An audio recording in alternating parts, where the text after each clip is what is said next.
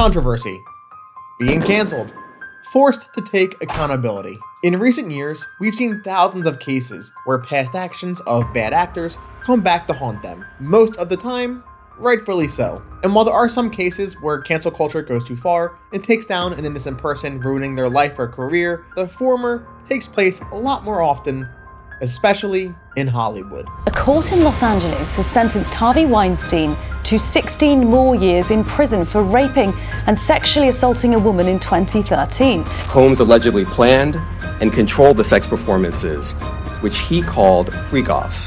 He had kind of backed me into a corner. He blocked the exit and said, just stand there and be quiet. Many people get away with the terrible things they've done only to face backlash years later. But more importantly for today's video, they end up ruining or changing an otherwise meaningful and beloved project that they're a part of. Good Omens was released as a novel in the summer of 1990, instantly becoming a cult classic and developing a fan base that would span decades. It follows Aziraphale and Crowley, an angel and demon, who have grown pretty fond of Earth and each other despite being from opposing sides. In this first book, they need to work together to prevent the apocalypse by finding and stopping the Antichrist, all while navigating a bunch of prophecies from an old witch, Agnes Nutter, and the chaos of being totally in love with each other and not knowing how to admit it. That was a very nice thing you did for me. Shut up.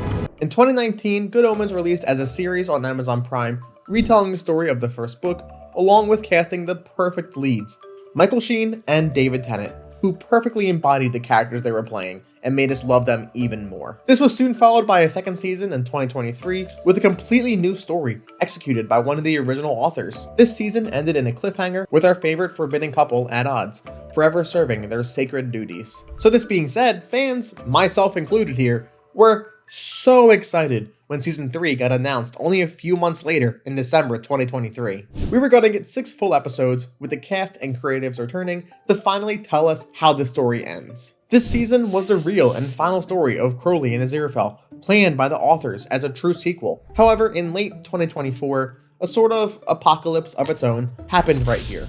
Right, what's the problem? Problem?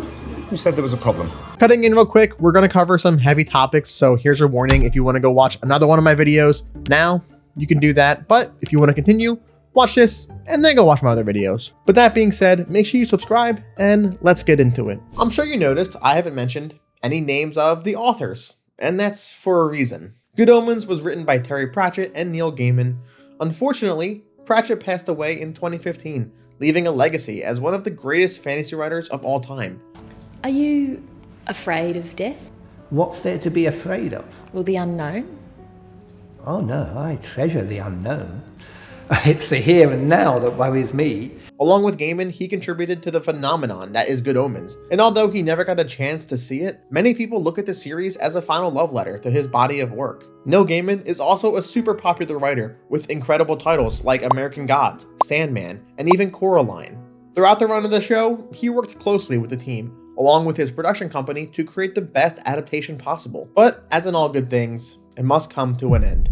In August 2024, 2 women came forward with sexual assault allegations towards Gaiman going back decades, followed by 6 more women a few months later. I'm not going to go into depth on the allegations. However, what you need to know is that the investigation is still going on and involves alleged violent and traumatic stories and experiences from these victims. Gaiman himself has of course denied all these allegations in January, posting a long letter explaining, "As I read through this latest collection of accounts, there are moments I half recognize and moments I don't. Descriptions of things that happened sitting beside things that empathetically did not happen. I'm far from a perfect person, but I have never engaged in non-consensual sexual activity with anyone.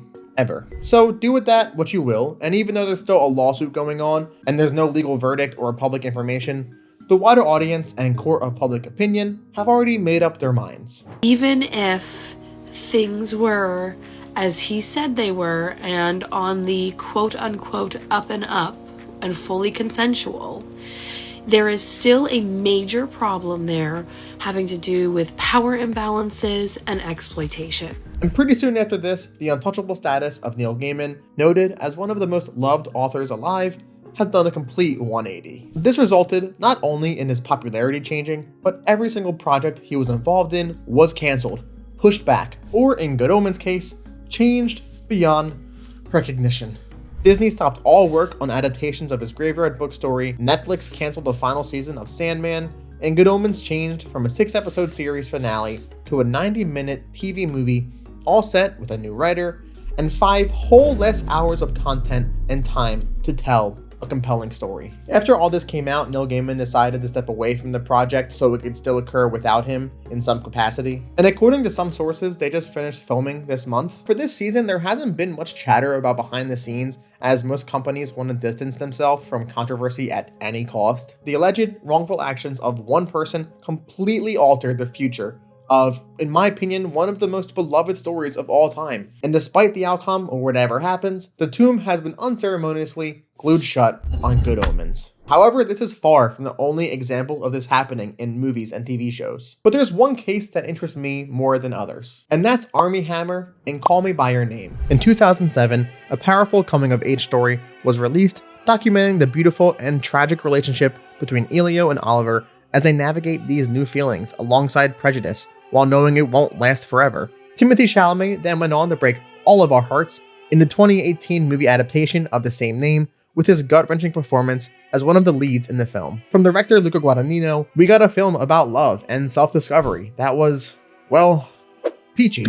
In 2021, however, the original author released a sequel to the story called Find Me, taking place 10 years after the first book, and this book isn't an obvious sequel, following different perspectives from other characters in the first book. But despite that, the creative team and director stated he doesn't know if the second film would follow this novel, but he would love to continue the story of Elio and Oliver in some way. I want to see again these characters, and I want to spend time with the actors playing these characters. But just as conversations began on making a sequel, in January 2021, a bunch of women came forward with alleged messages from Armie Hammer, the other lead in the franchise, that focused on violent BDSM fantasies and insane topics, some involving cannibalism.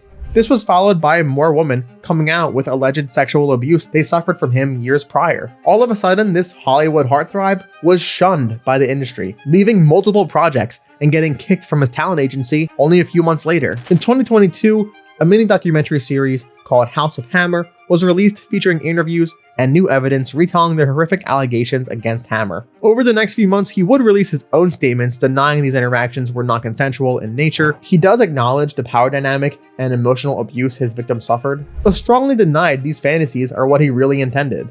Hilarious. Like, people called me a cannibal and everyone believed them. Even to today, he stands firm that his actions were not illegal, and the messages that were released were out of context and altered to only show one side. He even followed that up with the comment, "Did I ever have any intention of cutting anything off of anyone or eating anything off of anyone? No." Yeah, man, I believe you. I joke about eating people all the time. I'm pretty sure that's America's pastime right there. However, despite no charges against him, these allegations were enough for the court of public opinion to banish him to the Shadow Realm and kill his career along with any projects he was involved in. Also, can we just mention how the same director, as well as Timothy Chalamet from Call Me By Your Name, made a movie together about cannibalism a few years later? I mean, come on. That can't be coincidence. Like, what are you doing? That's so crazy. Is this what they mean when they say art imitates life?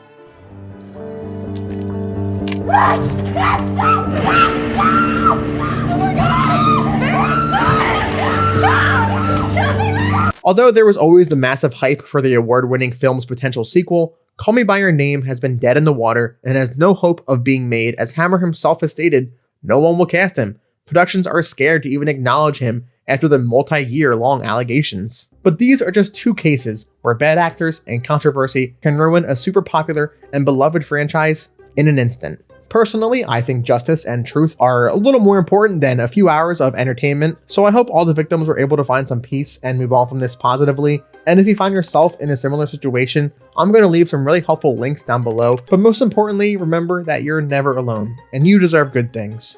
But thank you guys all for watching. Let me know your thoughts on the 90-minute Good Omens special we're getting. I'm a little hesitant, but I love Michael and David, so maybe they can save it just enough where it's passable and not a complete waste of time and ruins the entire series for me. You know, something very similar happened with another season of television that ruined the entire series. I can't seem to remember what it was.